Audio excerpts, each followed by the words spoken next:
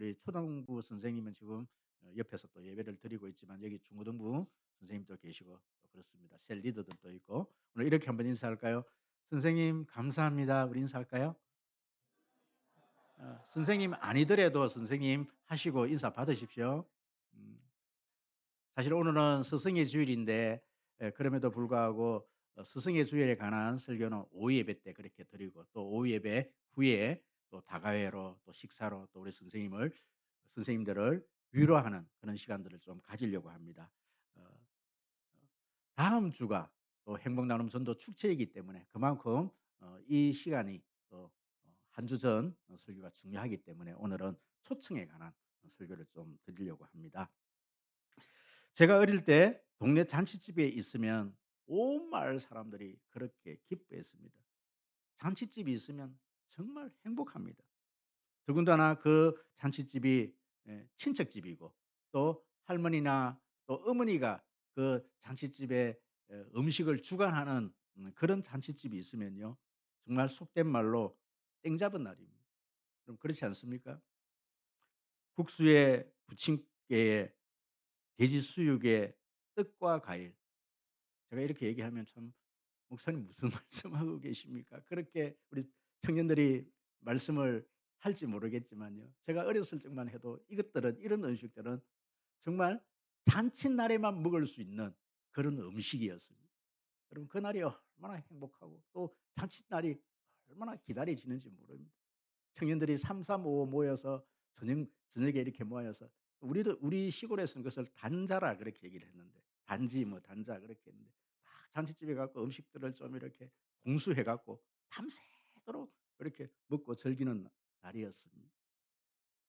가족 중에 한 사람이 교회에 와서 은혜를 받고 나면 모든 가족이 구원의 잔치를 맛볼 수가 있습니다. 구원받은 기쁨과 은혜를 가지고 집으로 돌아갑니다.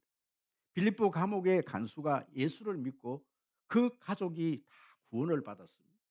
백부장 고넬료가 예수를 믿으니 그 가족이 다 구원을 받았습니다. 한 사람이 진짜 예수를 믿고 나면요. 이런 역사가 일어납니다. 그리고 잔치란 그 주인 호스트가 누구인가에 따라 격조가 달라집니다. 예전에 주인이 대감이면 잔치라 이렇게 이야기를 했고 주인이 왕이면 왕의 잔치다 그렇게 이야기를 했습니다. 여러분 오늘 본문의 잔치는 하늘나라 잔치입니다. 호스트가 누구라는 말씀입니까? 우리 이 잔치를 배설하신 분이 누구란 말씀입니까? 하나님입니다. 아니요 목사님 우리 권사님들이 음식을 준비하고 우리들이 다 준비했는데요. 여러분 그렇지 않습니다. 이 잔치는 하나님께서 준비하신 하나님께서 세상 사람들을 초대하신 하나님의 잔치입니다. 성경에 보면 예수를 만난 사람들은 다 이런 잔치를 합니다. 세리 마태가 레위 마태가 예수를 만나고 나니까 너무 기뻐서 집에서 이런 잔치를 벌였습니다. 삭개오가 예수님을 만나고 나니 너무너무 행복해서 집에 이런 잔치를 벌였습니다. 마리아가 그러했고요. 예수님의 공생애도 가나의 혼인 잔치집에 그렇게 잔치집에서 첫 공생애를 시작하셨습니다. 성경의 마지막에 보시면 어린 양 혼인 잔치에 또 세상 사람들을 초대하고 있습니다. 성경은 거의 대부분 신약 성경에 보면 잔치 이야기로 시작해서 잔치로 그렇게 이루어져 있습니다. 그런데 여러분 잔치는 왜 버립니까? 너무 좋아서. 너무 좋아서. 내가 구원받은 그 은혜가 너무 감사해서 그렇게 배설한 것이 잔치입니다. 그런데요. 하늘나라의 잔치, 우리 교회에서 하는 이 잔치와 저 세상 밖에서 하는 이 잔치의 차이점이 뭘까요? 오늘날 이렇게 우리 성림교회가 음식을 장만하면은 얼마나 맛있는 음식을 그렇게 만들어서 준비할 수 있을까요? 이 세상하고는 정말 비교가 할 수 없죠. 그런데요. 교회에서 이 교회의 잔치에서는요. 정말 세상의 그 어디에서도 먹어볼 수 없는 맛볼 수 없는 음식이 있습니다. 그럼 그것이 무엇입니까? 여러분 복음이라는 음식입니다.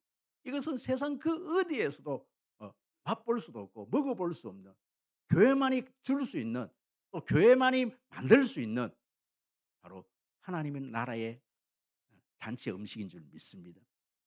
로마서 14장 17절에 보니까 하나님의 나라는 먹는 것과 마시는 것이 아니요. 물론 잔치집은요 풍요로워야 돼. 먹는 것도 있어야 됩니다. 하지만 그것이 주가 되어서는 안 된다. 그렇게 말씀.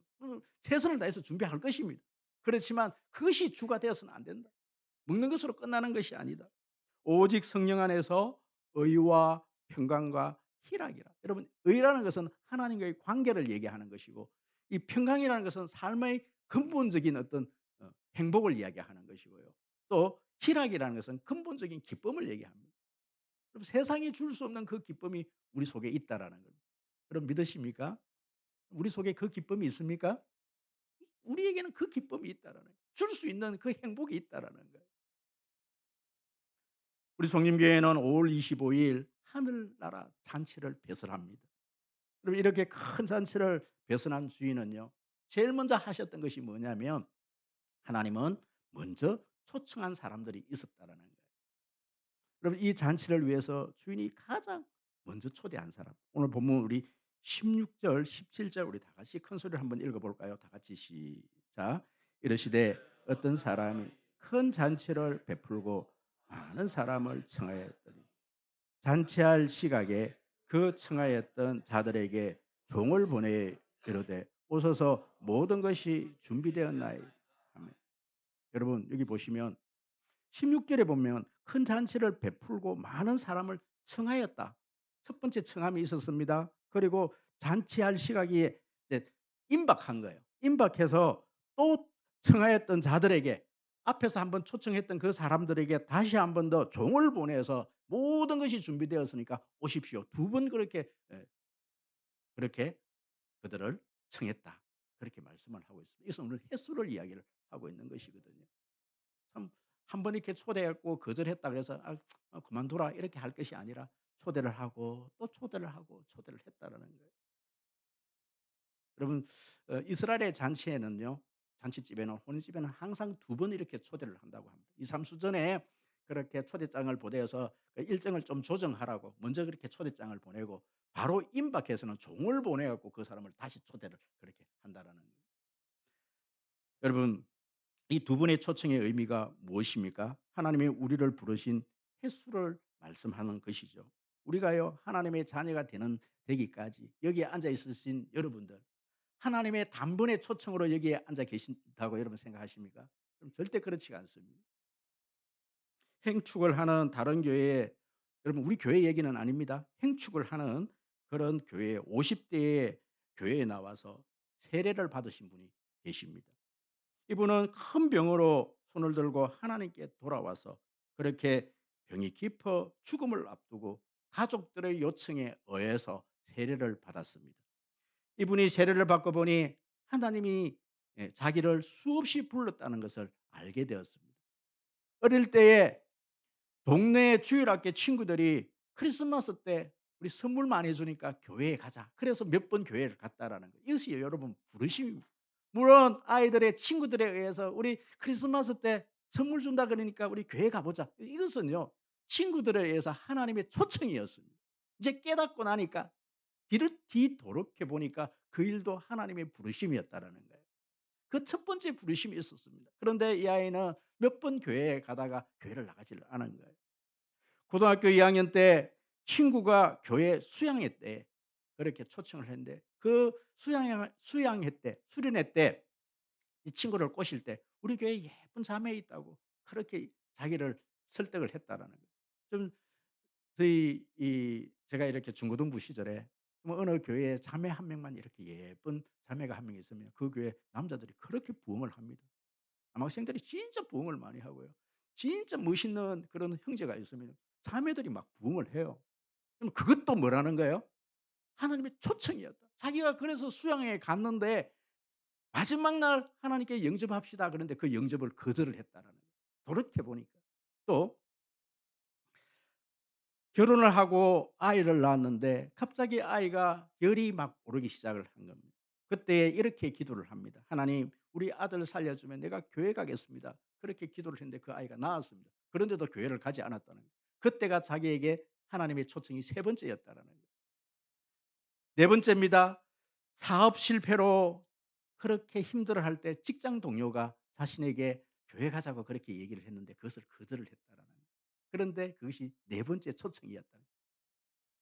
50 대가 되었습니다. 이번에는 암에 걸렸습니다. 이제는 어쩔 수가 없어서 하나님께 돌아왔습니다. 세례받는 날 눈물을 흘리며 '내가 왜 일찍 하나님께 돌아오지 않았는가? 왜 죽어가면서 늦게 돌아왔는지 모르겠다.' 울먹였다고 합니다. 그때에 목사님께서 "그래도 지금이 가장 빠른 때입니다." 이렇게 말을 해 주었다라는 거예요. 여러분 어떻습니까? 목사인 저도 이렇게 되돌려 보니까 한 번만에 하나님께서 저를 초청을 한 게 아니더라고요.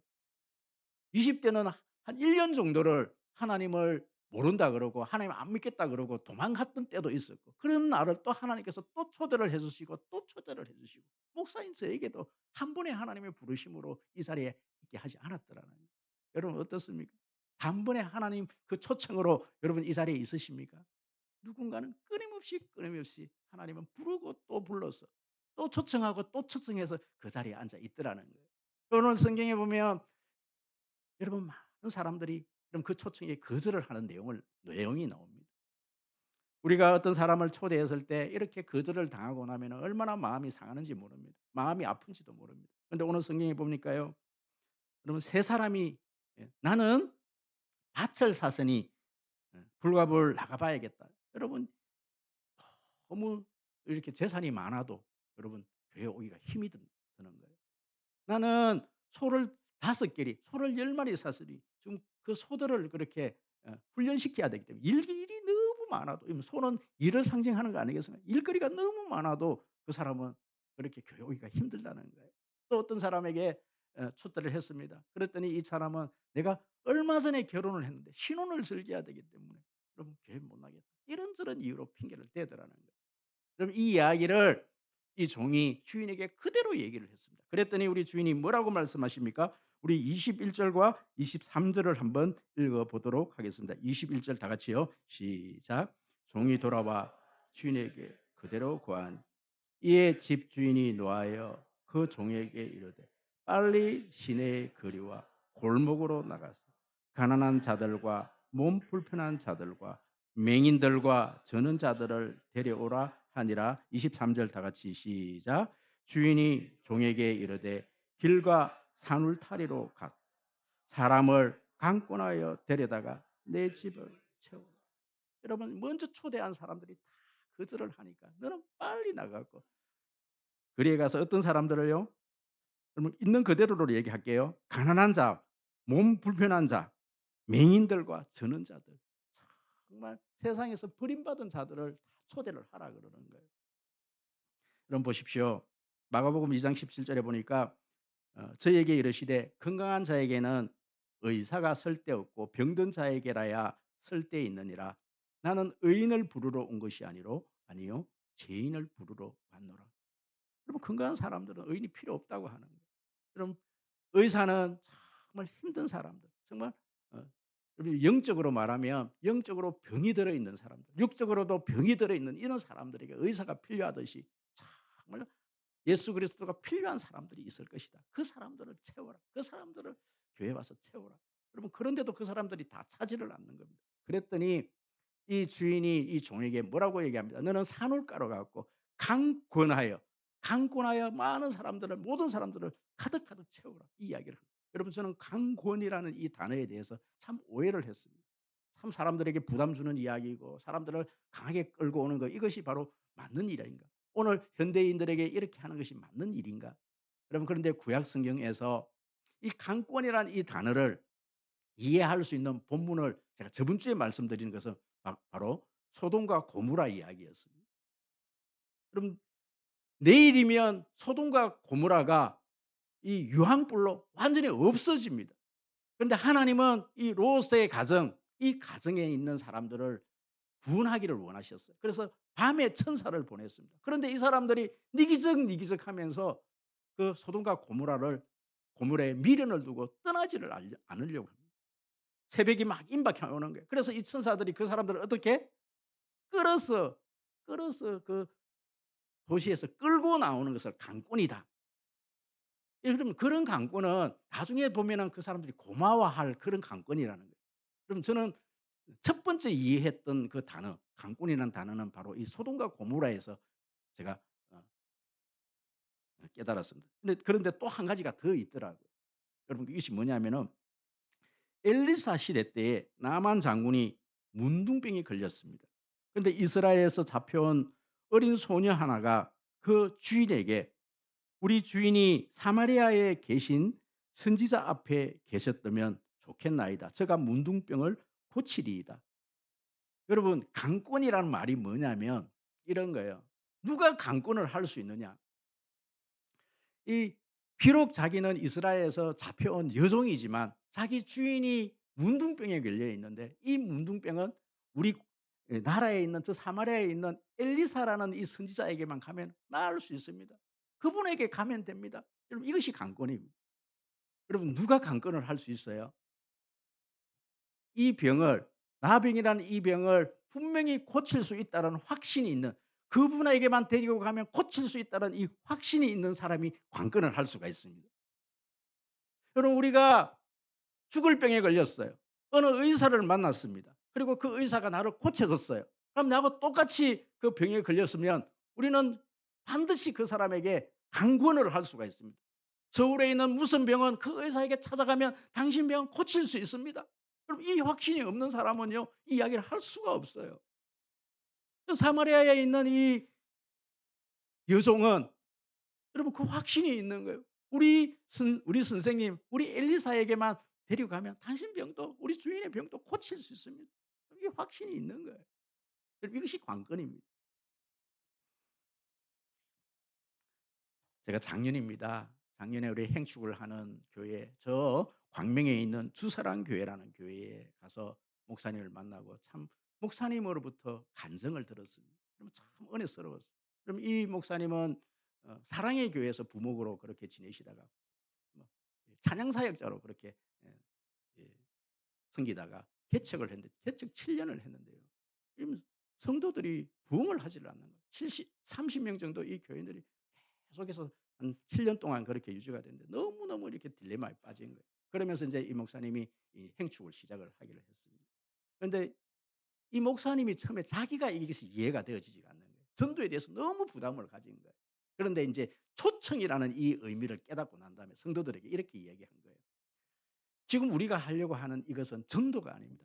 여러분들이 가서 뭐 설득을 해서 예수를 영접시키고 이걸 하자고 하는 게 아닙니다. 단순히 초청을 하는 겁니다.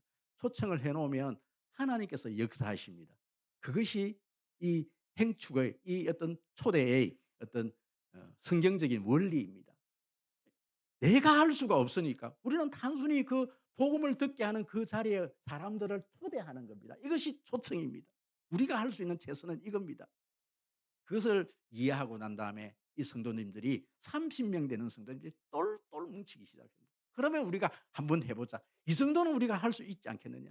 그다음에는 목사님이 할 일이고 우리는 거기까지만 하자. 사람들을 초대하는 일을 했다고 해요. 여러분 심지어는 어떤 일까지 어떻게 했는지에 대해서 이렇게 말씀을 하셔요. 청년 한 명이 이제 결혼식을 하는 자기의 어떤 결혼 청첩장을 만들었습니다. 초대장을 만드는 거예요. 가장 친한 친구에게 그 초대장을 가지고 간 겁니다. 그 친구에게 "내가 결혼해. 너 내 결혼식에 올 거지?" 그러니까 "아이 당연히 가야지." 그리고 난 다음에 그 청첩장 밑에 초대장 행복 나눔 전도 축제 5월 25일 이 초대장을 주면서 "내 결혼식은 오지 않아도 돼. 너 이때 한 번만 와 줘." 여러분 그 친구가 왔을까요? 안 왔을까요? 그래서 그 친구가 왔다라는 거예요. 여러분 어떤 젊은 세대 가정에서는 자기 어떤 친정 부모님을 멀리 계신 친정 부모님을 이제 그 행복 나눔 전도 축제에 정말 한번 시키고 싶은데 방법이 없는 거예요. 그래서 12 시에 주일 12 시에 그 광명에 있는 제일 고급 음식점에 이제 식사를 대접한다고 그렇게 예약을 해 두고 초대를 했습니다. 그러니까 그 어머니가 그 아버지가 이제 딸을 만나러 온 거예요. 왔는데 하나의 조건을 걸었습니다. "아버지 어차피 우리 맛있는 점심을 먹어야 되는데 1 시간만 일찍 와서 우리 교회에서 하는 이 잔치에 한번 참석하고 목사님 예배드리고 말씀 듣고 우리 가시자고." 여러분 그 친정 부모님 왔을까요? 안 왔을까요? 그 자리에 참석을 했다는 거예요. 여러분 그분이 그 교회 교회에서 교회 다니진 않는데 거기서 영접을 하고 어 그 부모님 그 도시에서 그렇게 신앙생활을 한다는 거예요. 그러면 또 한 분은요. 우리 청년 중에 여러분 젊은이들이 얼마나 토요일 날 이렇게 문화에 즐기기를 좋아합니까? 그래서 어 그 도시에 호텔 가장 좋은 호텔을 하나 잡아 놓고 호캉스를 하는 거예요. 거기에서 막 맛있는 것을 대접하고 축제를 하고 그리고 내일 우리 예 이 우리 교회에서 하는 잔치에 한번 참석해 다오. 먹은 게 있으니까 참석을 하더래요. 여러분 이렇게 해서 초대를 했다라는 거예요. 여러분 초대라는 것은요. 나의 희생 없이 나의 어떤 노력 없이 여러분 되어지는 이것은 하나님이 하는 일이 아니고 이것은 우리가 해야 될 일이에요. 우리가 이렇게 해 놓으면 거기에 이제 조금 전에 3 대지에서 그 얘기를 하겠지만 우리가 할 수 있는 최선만 다하면 되는 거예요. 이것이 초대입니다. 여러분 제가 진주 성담교회에서 부교육자 생활을 했는데 여러분 이 교회가 300명 정도 되는 교회에서 1,500명 되는 그 과정에 제가 사실은 있었습니다. 여러분 이 교회는 봄, 음, 가을 두 번 전도 잔치를 합니다. 그런데 이 교회가 이 성경적인 원리를 정확히 알았던 거예요. 무조건 이 날은 정말 모든 사람들을 초대하는 날입니다. 사람을 가리지 마십시오. 그랬더니 어느 권사님 한 분이 노숙자들에게 이 돈을 1,000원씩 줘 갖고 300 명을 데려온 거예요. 그랬더니 온 교회가 이 노숙자들이 바지에 오줌을 싸 갖고 냄새가 너무너무 나는 이 사람들이 그날부터 매주일 날 출석을 하는 거예요. 출석을 하는데 그랬더니 이제 이 교회에서 이제 대책을 세우기 시작합니다. 이 공간이 필요하구나. 교육관을 새로 지었고 이 300 명만 따로 드리는 이 이 예배 처소를 만들었는데 그때부터 하나님께서 이 교회에 봉사자들을 뿐만 아니라 정말 이분들을 섬길 수 있는 성도들을 100 명씩 보내 주는데 이 100 명이요. 한 가정당 1 년에 한 가정씩 선교사를 파송하게 되는 역사가 일어납니다. 별로 뭐 아멘 소리도 아멘도 하고 싶지도 않고. 여러분 제가 우리 목사님 지금 부흥회 지금 뭐 뭐 목매단 사람처럼 그게 아니에요. 여러분 성경에서 하나님께서 우리에게 말씀하신 성경적인 원리가 뭔가를 말씀을 드려요. 그럼 성경에서 하나님께서 우리에게 우리 송림교회에 또 모든 교회들에서 가장 기뻐하는 그 일들을 하면요. 하나님께서 우리를 축복하십니다. 그런데 보십시오. 우리가 여기에 대해서 이 전도 축제를 하고 난 다음에도 우리가 큰 염려를 하지 말아야 될 것이 뭐냐면요. 오늘 24절 말씀이에요. 그럼 24절 한번 읽어 볼까요? 다 같이 시작. "내가 너희에게 말하노니 전에 청하였던 그 사람들은 하나도 내 잔치를 맛보지 못하리라 했다 하시니라." 아멘, 아멘. 그리고 난 다음에요. 여러분 보시면요. 마태복음 22장 14절에 이렇게 말씀하십니다. 다 같이 큰 소리 다시 한번 읽어 볼까요? 시작. "청함을 받은 자는 많되 택함을 입은 자는 적으니라." 우리가 많은 사람들을 초대했다고 해서 그 모든 사람들이 다 택함 받는 사람이 아니라는 거예요. 이 말씀은 오늘날 우리에게도 해당이 되어집니다. 우리가 이렇게 매일매일 와서 예배를 드리고 하지만 이 중에서도요. 다 주여 주여 한다 그래서 다 우리가 천국에 들어갈 것은 아니라는 거예요. 좀 무서운 말입니다. 여러분 그렇습니다. 우리가 마지막 날에 우리 하나님께서 양과 염소를 이렇게 구분을 지어서 심판하실 그날이 있을 텐데 어떠한 사람들이 양으로서 정말 하나님의 택함 받은 자들인가? 여러분 먼저 우리가 내가 하나님의 자녀일 거라는 어떤 것에 대해서 오해를 하고 있는 자들에 대한 견해입니다. 그럼 보시면 마태복음 7장 21 절에서 22절 제가 한번 읽어 드립니다. 다 같이 읽습니다. 시작. "나더러 하늘에 계시 예 아버지의 뜻대로 행하는 자라야 들어가리라.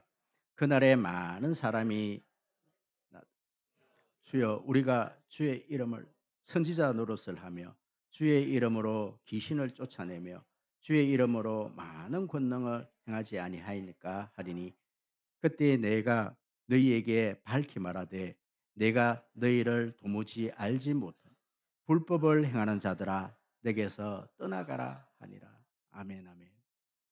여러분 참 이게 참 무서운 말이지요. 참 우리가 평생 신앙생활을 하고 천국에 이제 문 앞에 갔는데 거기서 천국 문 앞에서 이 천사들이 "너는 모르겠다. 우리 주님이 널 모르겠다." 이렇게 할 수 있는 그런 경우가 있다라는 거예요. 그럼 어떤 경우이냐? 첫 번째가 뭐냐면 여러분 너희가 내 이름으로 선지자 노릇을 했다. 여러분 선지자 노릇을 했다 그러면 이것은 목사를 두고 첫 번째로 얘기하는 거예요. 목사가 늘 하나님 말씀 증거한다고 강대상에서 말씀 선포하고 간증하고 이러는데요. 하나님 믿지 않았다라는 거예요.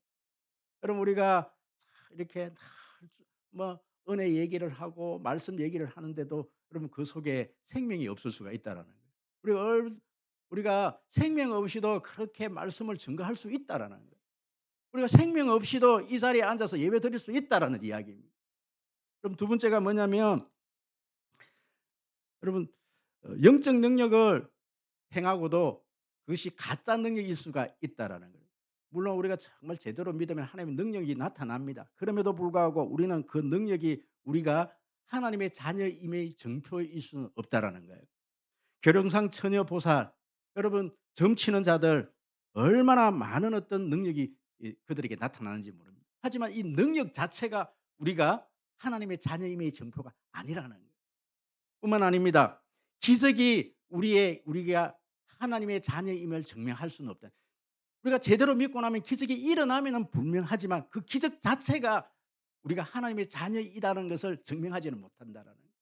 그럼 출애굽 당시 여러분 10가지 재앙을 내릴 때 술사들도 얼마나 많은 기적을 행했는지 모릅니다. 오늘날 많은 교회들에 얼마나 많은 은사주의자들이 그렇게 기적을 행하는지 모릅니다. 그럼 그 기적 자체가 우리에게 하나님의 자녀임을 증명하지는 않는다는 거예요.